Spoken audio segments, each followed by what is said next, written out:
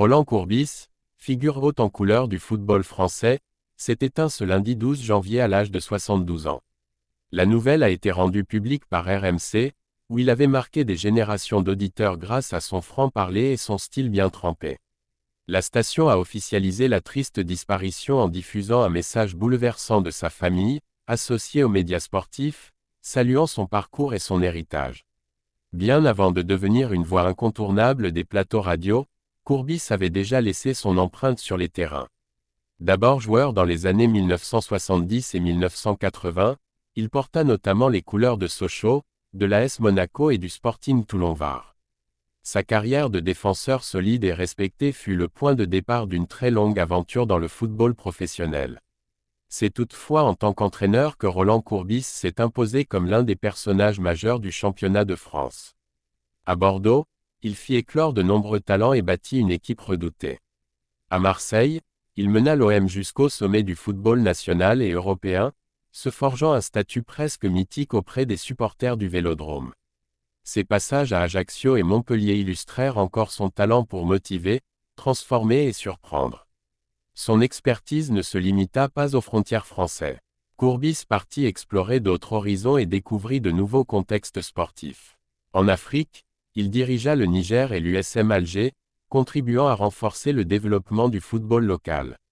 Aux Émirats arabes unis, il poursuivit son aventure sur le banc du club d'Al-Wahda, avant un passage en Suisse à la tête du FC Sion. Ces escales internationales enrichirent son vécu et confirmèrent son statut de globe-trotteur du coaching.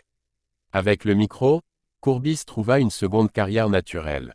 Son franc-parler, son sens de la formule et sa manière unique de commenter le football firent de lui l'un des consultants les plus appréciés du pays. Sur les ondes de RMC, il analysait sans détour, racontait des anecdotes savoureuses et défendait ses convictions avec passion. Pour beaucoup, il restera l'une des dernières grandes voix indépendantes du football français. Mais Courbis fut aussi un homme aux zones d'ombre, assumé publiquement. Sa vie et sa carrière furent marquées par plusieurs affaires judiciaires retentissantes.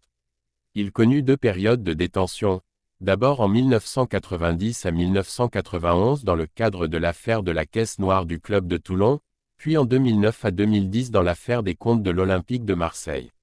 Ces épisodes nourrirent l'image de personnage sulfureux qui lui collera longtemps à la peau. Le destin de Courbis frôla à plusieurs reprises le tragique. En 1987, il échappa de peu à une fusillade lors d'un règlement de compte visant une connaissance qui l'accompagnait ailleurs. Cet événement ajouta une dimension presque romanesque à son existence, déjà dense et surprenante. Malgré les turbulences, Courbis ne renonça jamais à son amour pour le football ni à sa détermination à rester au cœur du jeu. Roland Courbis laisse derrière lui une trace immense. Pour certains, il restera l'entraîneur passionné ayant marqué de grands clubs. Pour d'autres, le conteur infatigable qui, derrière un micro, savait jouir du spectacle du ballon rond. Et pour beaucoup, il demeurera tout cela à la fois, un homme entier, imparfait, vivant à 100 à l'heure, mais avant tout profondément attaché au football. Sa disparition met fin à une aventure de plus de 50 ans, mais son influence continuera longtemps d'habiter les stades et les studios qu'il a tant foulés.